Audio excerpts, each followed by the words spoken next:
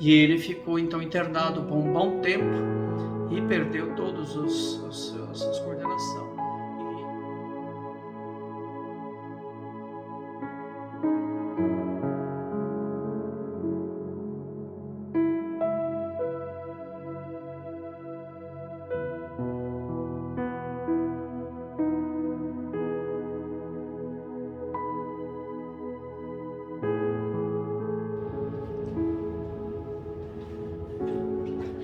Olá, meu irmão, minha irmã. Mais uma vez estou aqui para dar mais um testemunho para vocês. Eu sempre dizia que queria ser padre desde os meus 7 anos. Quando eu fazia catequese na minha cidade, as irmãs perguntaram, eu levantei o dedinho lá no meio dos colegas, então as irmãs sempre me incentivaram. Aos 14 anos eu comecei a corresponder com os padres redentoristas de Aparecida, porque meu pensamento era ir para Aparecida, eu não sabia a diferença de religioso e diocesano. Para mim era tudo a mesma coisa, o importante é que ele fosse padre. Tudo bem, aos 18 anos eu fui entrando em contato com os redentoristas dos 14 anos para frente. Aos 17 eu fiz um estágio com eles no seminário lá em Aparecida, mas não deu para entrar, eu era um pouco tímido e eles mandaram esperar mais um pouco. Mas naquele ano de 1978, eu ia completar 18 anos, eu tive a graça de conhecer o Padre Ângelo Cremonte, da Congregação dos Padres Oblatos de Maria Virgem, a qual eu pertenço hoje. As irmãs da minha cidade, as apóstolas do Sagrado Coração de Jesus, tinham muito contato com ele e ele ia para uma outra cidade mais próxima, fazer uma visita lá para um vocacionado. Então ela passou por lá e elas me apresentaram a ele. Interessante porque nunca tinha ouvido falar dessa congregação e nunca tinha saído da minha cidade também.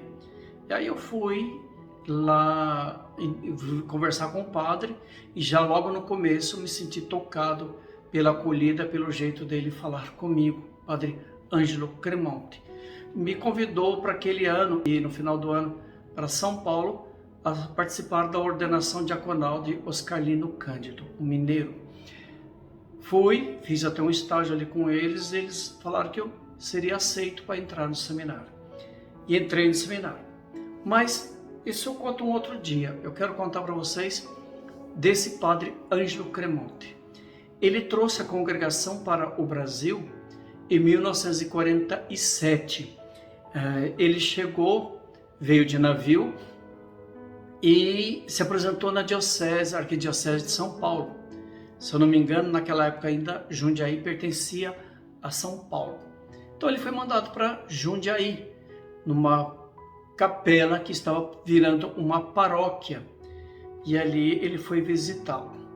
E lá ele viu essa capela São João Batista, essa pequena paróquia, pequena igreja. E ali ele foi conhecer mais profundamente todas as coisas. Depois que ele visitou bem, não tinha uma casa paroquial, não tinha uma igreja, não tinha nada formado ainda, o padre que o acompanhava disse: então, Padre Ângelo, tudo azul? E ele disse: Senhor, eu atravessei todo esse mar, fiz uma viagem longa de meses para chegar aqui e pegar uma paróquia que ainda não é paróquia, que vai começar. Não, vai estar tudo montado com Maria. Aí disse para o padre: sim, tudo azul no manto de Maria. A partir daquele momento começou também a devoção a Nossa Senhora das Graças, paróquia São João Batista, e a devoção a Nossa Senhora das Graças. Mas o bonito disso tudo, inclusive, é que esse padre foi tendo contato com as famílias e ele, como não tinha casa paroquial, ele era acolhido pelas famílias para refeição, tinha famílias descendentes de italianos inclusive, e também ele dormia no banco da igreja, no coro, porque não tinha ainda uma casa paroquial. Aí ele foi reestruturando tudo. Quando eu conheci, ele já estava morando em São Paulo. Jundiaí já era uma paróquia bem formada, uma igreja muito bonita, e tinha outros padres morando ali. Mas ele em São Paulo, ele sempre cumpriu o carisma do padre Lanteri, que era divulgar a boa imprensa. Então ele, no seu quarto, a cama dele era cheia de livros para doar, e os armários, e ele dormia muitas vezes na poltrona que ele tinha, né? Ele não dormia praticamente na cama. E ele soubesse de uma vocação, ele ia atrás, ele ia conversar, ele ia conhecer esses jovens. Era um padre muito carismático, um padre muito querido, um padre que tinha muito contato com o arcebispo de São Paulo, Dom Paulo Evaristo Arnes, e também com os padres ao redor, e com muitas congregações femininas religiosas. E ele era um padre muito dinâmico e muito disposto a fazer as coisas para Jesus Cristo. Eu entrei no seminário, quando vim para Curitiba, depois estive em São Paulo fazendo filosofia, aí em 83, e em 82, que eu fiquei um ano fora do seminário, em 82, ele teve um AVC, eu fui lá visitar, no dia que eu cheguei, ele teve um AVC, e ele ficou então internado por um bom tempo, e perdeu todas as coordenações, e então o Oscar Lino depois teve que assumir a paróquia no lugar dele.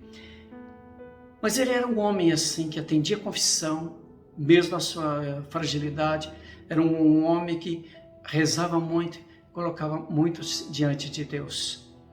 E ele morreu no dia 6 de setembro de 1983.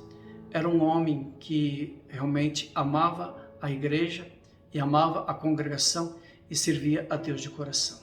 Ele veio com a meta de ir para a Argentina, porque nós já tínhamos casa na Argentina, mas acabou ficando para o Brasil. E Deus o acolheu agora junto de si. É um homem que eu posso dizer que era um santo, um grande testemunho para cada um de nós. Sou feliz por ter conhecido ele e, inclusive, houve momentos que eu socorri ele, no momento que ele estava passando mal, atendendo a confissão, mas deu mais um ataque, precisamos socorrê-lo ali. E ficamos ali um tempo com ele, mas um homem que tocou profundamente. Esses são esses exemplos que Deus põe no nosso coração, são os testemunhos da nossa fé. Padre Ângelo Cremonte, um grande homem, um grande santo, ele que trouxe a congregação dos Oblatos Maria Virgem para o Brasil. Que Deus abençoe nós e que nós possamos espelhar no exemplo desse grande homem. Obrigado por tudo, Padre Ângelo. Que Deus proteja cada um de nós e nos dê a força e o seu exemplo. Em nome do Pai, do Filho e do Espírito Santo. Amém.